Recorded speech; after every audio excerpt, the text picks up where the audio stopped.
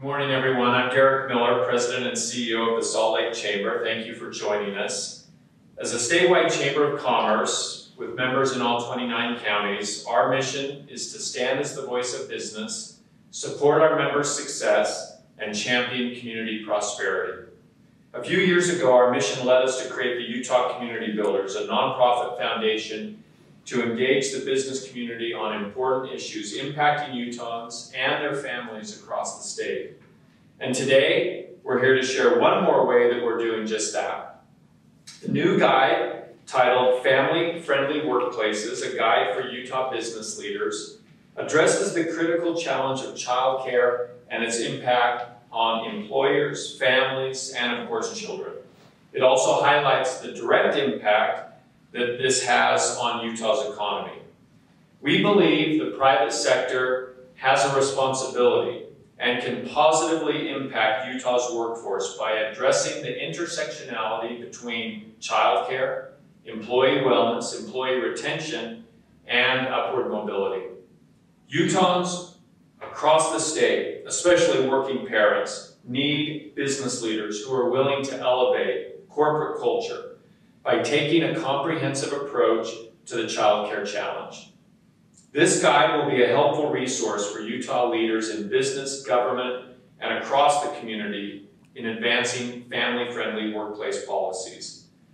We recommend that executives, managers, supervisors, and human resource professionals throughout Utah's business community carefully review this guide and support the child care needs and overall well-being and success of their employees. The guide includes simple yet important steps that every business can follow. Those include: start by understanding the needs of working parents, since they are your most valuable resource to find solutions that directly benefit them and your business. This can be done by seeing what data is already available, conducting employee surveys, and simply opening up lines of communication between staff and management.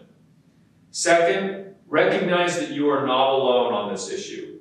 There are existing resources and community partners that are available and to help you provide your business with expertise and information that will guide you on childcare options for your employees.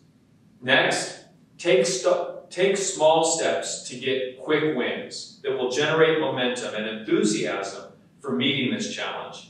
Some ideas include establishing flexibility and predictability with schedules and providing employees with a directory of local childcare programs in your community. And lastly, cultivate leadership and elevate culture on this issue. By having high-level personnel in your organization involved in this effort to promote childcare benefits and options in your business, you will be able to foster new ideas. Meaningful and positive change will be most successful when it is supported from the top. Right now, Utah is considered what is called a child care desert, with 77% of Utahns living without access to child care due to either limited service proximity or inability to afford that care. For child care to be considered affordable, the U.S. Department of Health and Human Services outlines that a family should pay no more than 7% of its household income. The price of formal child care for many parents forces many parents to consider alternative arrangements, mainly informal child care arrangements that come at a cost to employment and educational participation. Ultimately, parents' child care decisions are based on affordability. It is important to note that 70% of Utah parents either care for the children themselves or have a parent or guardian caring for the child when they are not at school. Also, 35% of parents are forced to rely on an extended family member like a grandparent, an aunt, or an older sibling for child care support. This means that policies like paid parental leave, family friendliness in corporate culture, creating a safe space for working parents, and possibly most critical of all, childcare itself, are all becoming more and more important in our state. We know many employers want to help working parent employees who are looking for solutions to help assist them. Today, we will hear from some who have taken the next step to implement these suggestions, and we look forward to hearing their experiences. We'll now have the opportunity to hear from Bill Krim, the President and CEO of United Way of Salt Lake, Mo Hickey, the Executive Director of Voices for Utah Children, and Sid Tetro, the CEO of Brandless and the President of the Women's Tech Council. Bill, the time is yours. Thank you, Derek. My name is Bill Krim. I'm the President and CEO of United Way of Salt Lake, and it's our pleasure to be a partner with the Salt Lake Chamber, Utah Community Builders, Voices for Utah Children, and others in addressing what Derek described as the child care challenge. I just want to put a little bit of a face on that challenge from the perspective of families. We live in an economy where it really does, for many, many people, require two incomes to survive. Housing costs and rental costs have far outpaced wages for so many families that the choice of how and where to care for kids has become a crisis. And if you are in that crisis, if you're the parent who wakes up every day wondering how you're going to juggle making sure that your young children are in a safe, stimulating, healthy place, and how you're going to get to work so that you can earn enough to pay your rent or your mortgage, that is a terrifying place to be. That is urgent. Today is an opportunity for us all to feel that urgency. For the business community, the broader nonprofit community, for policymakers and others to recognize that what is a daily crisis for so many families in our community has to become a crisis for all of us. It impacts our communities, it impacts our future, and it impacts our ability to create a world where every child can achieve their potential. We are so grateful to be part of a team that is working on this. I'm going to let Mo take us deeper down the road of the impact and the need from a child's perspective. But Derek, thank you again for your leadership in this really, really critical issue, and thanks to everybody who's part of this team.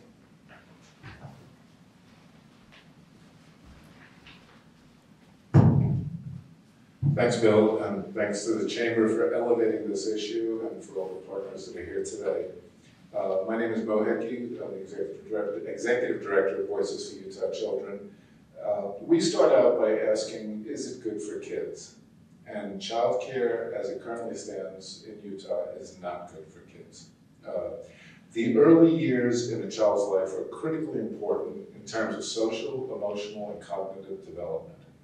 That is why we at Voices focus on promoting targeted investments in early childhood care and education, structured to meet the unique needs and build on the unique strengths of Utah's many diverse communities. All children deserve to start their lives with a solid foundation and a real chance to succeed and be happy later in life. Unfortunately, not all children have access to the things that set them up for a bright future. When the well-being of young children is the center of public policy and community investment, our entire state will do better. It is possible to build an early childhood system in Utah that supports families by making sure they have access to affordable and appropriate options for their children's early care and learning. Whether children spend their day at home, in former child care, at public school, or in the care of trusted families and friends, Utah hasn't taken the necessary steps to support those options. Despite being the youngest state in the nation, and we will continue to be the youngest state in the nation based on current data, with one of the highest rates of new births per capita, and recent data came out this week that we were one of only 6 states last year that started to see an increase again in birth rates. Utah invests very little in the development and education of young children. We know that early care benefits the development of the child, and here are 8 examples that are agreed upon nationwide as far as the benefits. It creates a regular routine for the child, the social and emotional development of the child, behavioral improvement for the child, better health outcomes, smoother transition to kindergarten, autonomy and independence, recognizing positive role models, and not least, fun and socialization. This is the beginning, and we need to come together as leaders in the state to do whatever is necessary to improve the current status. Here are 3 immediate actions that need to be taken. Keep existing childcare businesses healthy and strong. Ensure financial, professional, and mental health supports for our childcare workforce. And create a long-term vision for a thriving childcare sector in our state. Parents are the child's first and best teachers. They deserve the right to choose which care situation is best for the child, whether that child is at home or in another center. When parents decide to entrust their children to early care and learning professionals outside the home, they deserve to know their child will be safe, healthy, and learning while in that care. People can't go back to work without knowing that their children will be cared for while they're at work and on the job. If state leaders want Utahns to be able to work and to improve our economy, they need to get serious about childcare. Voices is very excited to be part of this effort to improve the lives of Utah children. We urge action now so that every child has a chance to succeed. Thank you.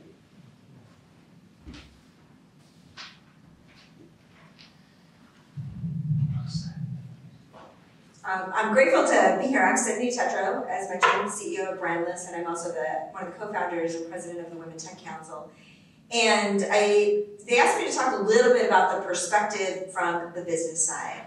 Childcare is a critical issue. There is no doubt about it. And as stated, you hear those numbers and you just feel the weight of what it looks like to solve that and how we get in action for that. So let me just share a few things with how we think about it from company who is working, and also as a woman who has been a working mom my entire career, this is an issue that speaks to me. It's one I've had to proactively solve continually in my entire career at every stage of my children. And I think that's one of the biggest challenges we face, is that it's not a one solution. It's a solution that evolves as your children evolve, and that we have to be able to take down at every stage, which is why it's so great to have a collective effort of people. I firmly also believe that it is a public and a private partnership that ultimately becomes the solution. The hat that we wear as business leaders and the hat that we wear as government. And I think that there are a lot of things that we have to do to move forward. As someone who runs a company and has an employee base that's 50% women, this is an issue that I'm continually thinking about, and also one that I never believed that I've fully arrived at the solutions, but that I'm proactively working on every day. The first and foremost effort that we have taken, and Derek mentioned this in his recommendations, is I believe in 100% flexible workforces. So we have not only just hybrid workforces, but for me there's a mentality of leadership that enables parents to solve these problems in ways that they need to, and show up for their families in however they need to. So we don't, in our case, it is just corporate policy that you can work in whatever fashion that you need to support your family. We do come in office with some frequency, but what that schedule looks like is based on the individual, what they need to do for their family and their children. I have to do the same thing. I have to be able to pick up my children and drop them off at school in the morning and pick them up in the afternoon, and sometimes I have to be at a soccer field, and sometimes I'm going to be at the drill team competition, and I'm going to expect that of all of my other team members. But what it requires is a change in leadership. It requires a different way that we think about how we run organizations in order to accommodate flexibility, because it's new. I will say, for a decade, even pre-pandemic, the number one thing that women have cared about in selecting jobs has been flexibility. And it is also one of the answers to helping families balance what they need.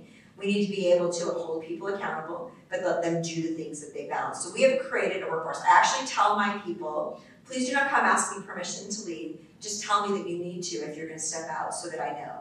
I don't want a permission-based experience for them. What I want them to do is to be able to accomplish the things that make them successful at work and successful at life, and be able to be the stewards of how that happens for them.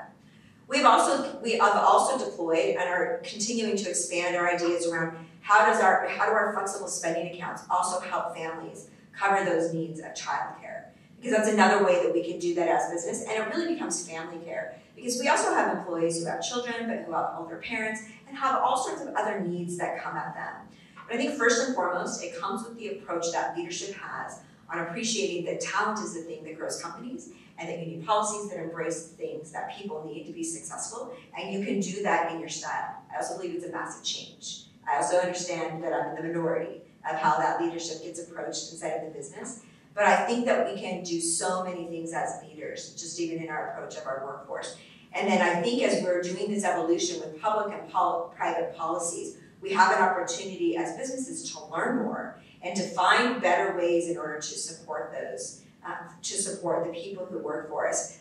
Pre-pandemic, we all believed that we would help solve childcare by putting childcare facilities closer to companies. But the pandemic changed that. It changed our approach. So now we have to think much more deeply about how do we solve the problem of providing great childcare and having people with options, whatever works for them, closer to where they live and closer to where their children are. And that would be one of my calls to action is, as we think through this partnership, how do we meet our people where they are with the needs that they have and find solutions between all of these stakeholders that are around the table, and do so in a way that we solve it faster versus slower, in such a way that we can really help all of our people be the very best that they can in all aspects of their life, and childcare is a critical component of that. Thank you.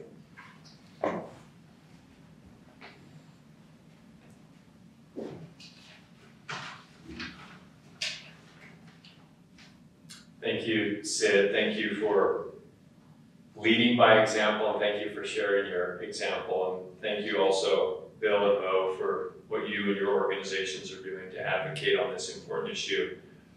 We're hopeful that this guide and the continued collaborations between the Utah Community Builders, the United Way of Salt Lake, and the Voices for Utah Children, including businesses around the state, will serve as a useful and impactful resource.